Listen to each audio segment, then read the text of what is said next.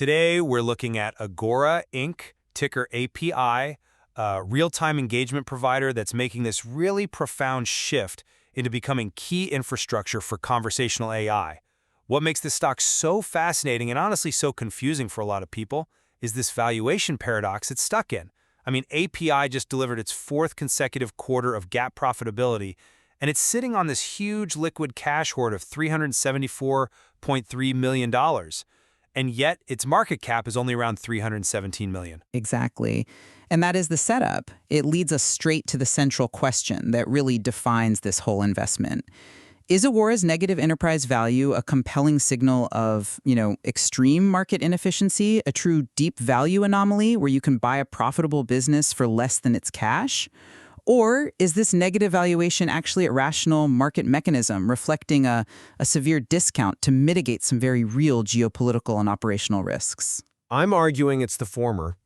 I think the mathematical reality of the negative EV is proof of an unprecedented undervaluation. It's driven by neglect and fear, and it's ignoring some very powerful fundamental facts. Investors they're effectively getting a growing, profitable software engine for free. And I believe the negative EV is a justified response. It's a mandatory geopolitical discount. The market isn't just being inefficient, it's acutely pricing in the extreme risk around whether that cash is even accessible, combined with some serious structural impairments in their older business segments. Look, API is a textbook example of a validated deep value turnaround.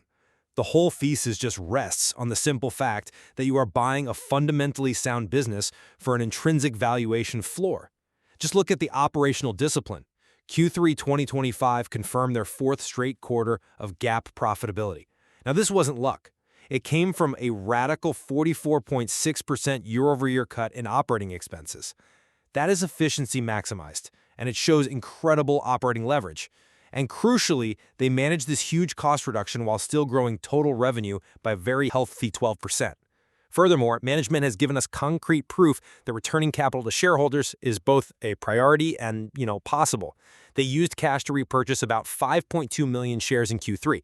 That move is accretive to EPS, and it just validates the thesis that the cash is accessible and deployable. And finally, the high-growth international business, it's boasting a 108% net retention rate and 15.9% growth, is rapidly creating a clear path to global scale, which structurally reduces their reliance on the riskier domestic segment. I see what you're emphasizing, the profitability pivot, but I'm sorry, I just don't buy the market inefficiency argument. The negative EV is the rational consequence of applying a severe China discount. When the majority of a company's cash is sitting in a jurisdiction that's subject to escalating geopolitical tensions and really stringent capital controls, the market has to price that risk. We're talking about the potential for that entire $374 million hoard to become a stranded asset due to regulatory hurdles like China's PIPL data privacy laws, which strictly control cross-border data and capital movement. We can already see this structural impairment showing up in the Shangwang segment, their domestic China operation. It has what we in SaaS call a leaky bucket retention rate, a dollar-based net retention rate, or DBNR, of just 90%. And to be clear for our listeners, a 90% DBNR means they are actively losing 10% of their established customer revenue base every single year. This impairment is directly tied to that unforgiving Chinese macro-regulatory environment, the crackdowns on edtech and gaming. So while you celebrate the international segment flipping the revenue, the valuation is still fundamentally anchored by the risk of Shangwang deteriorating even further and just draining corporate resources. The fact that market data shows low off-exchange short volume at only about 30% confirms the selling pressure is organic. It's a genuine lack of institutional confidence, not some hidden conspiracy. Okay, but let's focus on the balance sheet for a second, and the tangible floor it provides, because that's where the numerical asymmetry is just undeniable. The market cap is sitting around 317 million. You subtract the cash of 374.3 million, account for their manageable 60.8 million in debt, and the implied enterprise value is basically zero or negative. This means mathematically the market is assigning zero or even negative value to the operating business itself, and that operating business, I have to remind everyone, just generated positive operating cash flow and is GAAP profitable. I get why you'd think that, but let me offer a different view on that seemingly invincible fortress balance sheet. The fact that the market cap is trading at roughly 85 cents on the dollar relative to its cash implies the market believes 15 cents of every cash dollar is permanently unusable. And while I'll concede that buybacks are an encouraging proof of concept, they bought back 5.2 million shares, that successful allocation is a tiny fraction, less than 2% of the total cash. The buyback proves some cash is accessible, but it in no way addresses the primary bear case that the bulk of that 374 million remains trapped. How can you argue the other 98% is safe based on such a small sample? Because they are actively managing capital in a way that directly benefits U.S. ADS holders. They retired shares at $3 when the cash per share is well over $4. The market, by insisting on this massive discount, is just ignoring management's clear intent to return capital and fund global growth. That 15% discount you're describing, the market's bet that some cash is unusable, is simply too severe for a business that is successfully shifting its entire revenue base outside of China. It's a turnaround in progress, and the market hasn't caught on. But that narrative relies on the international segment, which brings us right to the core operational concern, this twin-engine divergence. The structural impairment of Shangwang with its 90% DBNR isn't just an inconvenience, it's a profound operational drag. That low retention means the 8.4% revenue growth they saw domestically depends entirely on costly new customer acquisition. They're just perpetually running on a treadmill to replace lost business.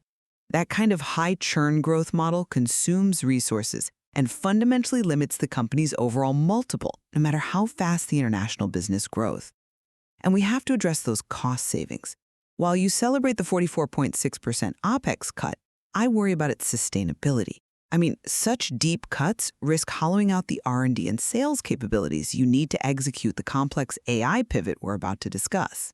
You can't execute a sophisticated infrastructure shift while starving the company of its core innovation resources. I see that OPEX cut is streamlining, not starving. They're focusing resources where it matters. And while I see the Shangwang retention rate as a legacy issue, I would reframe that divergence as a successful, systematic de-risking strategy.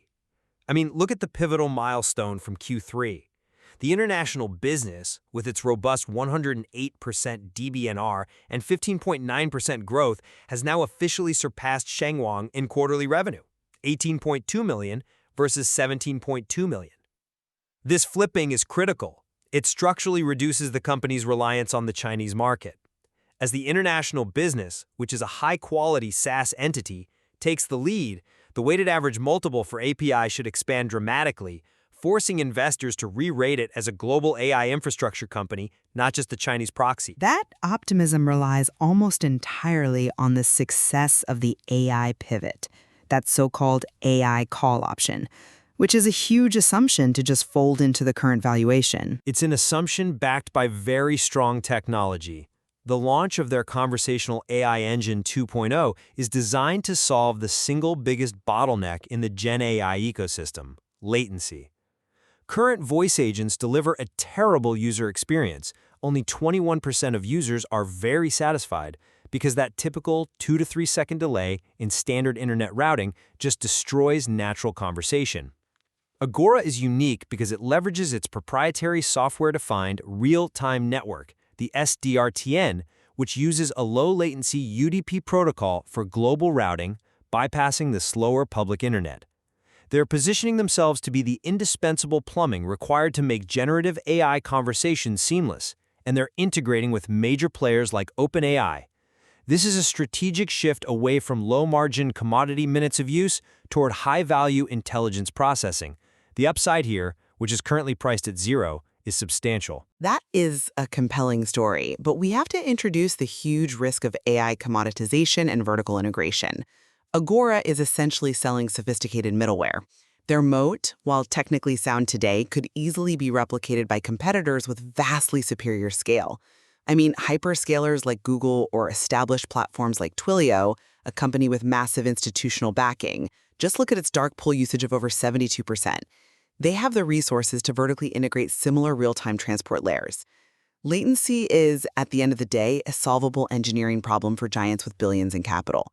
If the big tech firms see this as strategic, they will either acquire or build it, making Agora's solution obsolete before the potential revenue, which they've guided for sizable conversational AI revenue in the first half of next year, can even materialize.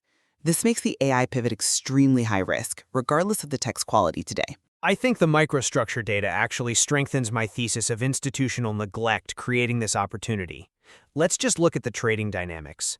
The low short interest, around 1.2% of the float, combined with low dark pool usage at about 30%, completely debunks those common retail theories of manipulation or a short squeeze. This isn't a heavily shorted stock being suppressed, it's just being overlooked. I agree entirely that manipulation is debunked. The high volume on lit markets confirms that. However, I'd argue that the low liquidity and organic selling pressure don't signal simple neglect. They confirm a profound lack of sophisticated institutional interest, which is actually worse. How so? The low valuation is purely due to institutional absence. The stock is cheap because buyers are on the sidelines, not because it's fundamentally broken. This confirms it's a pure contrarian opportunity, and it's backed by consensus analyst price targets averaging $6.20, more than double where it's trading now. But that analyst target is based on the potential of the international business and the AI pivot, and it ignores the timeline. I agree this isn't manipulation, but it's institutional indifference. The days to cover ratio is 3.35, but that's driven by very low daily volume, not a large short position. It confirms that the smart money isn't betting on bankruptcy, but crucially, they aren't accumulating shares either. This suggests it's dead money that requires extreme patience, maybe years, until a major undeniable shift occurs, like the actual repatriation of the cash or the international segment becoming massive enough to totally overshadow Shengwang. The Q3 earnings, while good, didn't achieve that fundamental shift because of the persistent geopolitical cloud. So, to summarize my perspective, API's pivot to GAAP profitability and its capital discipline are undeniable facts. Management has proven the cash is accessible through accretive buybacks and has streamlined operations while growing its superior international business. The market is pricing in a near zero chance of success for both the profitable international segment and the high-potential conversational AI pivot. The negative enterprise value provides a measurable, tangible margin of safety, positioning this company as a significant, fundamentally driven turnaround opportunity. And to summarize my position, while the operational fundamentals have certainly improved, the price is rationally depressed by sovereign risk. The market has to account for the primary risk of stranded capital in the structurally impaired, low-retention Shengwang segment. Investors must carefully assess their tolerance for geopolitical exposure, understanding that the full value of that cash hoard may remain perpetually inaccessible to U.S. holders, regardless of how strong the international business gets or the potential of the AI pivot. The data really illuminates the extreme asymmetry here. It requires the listener to weigh clear operational success and management execution against that ever-present sovereign risk. Exactly.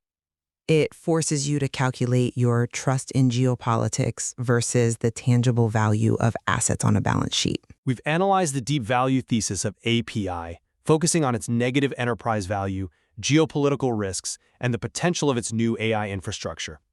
Thank you very much for hearing us. Let us know in the comments what is your opinion and if you want us to analyze other stocks. Don't forget to subscribe to the Stock Market Palantir channel to catch up with more stock insights, and see you in the next video.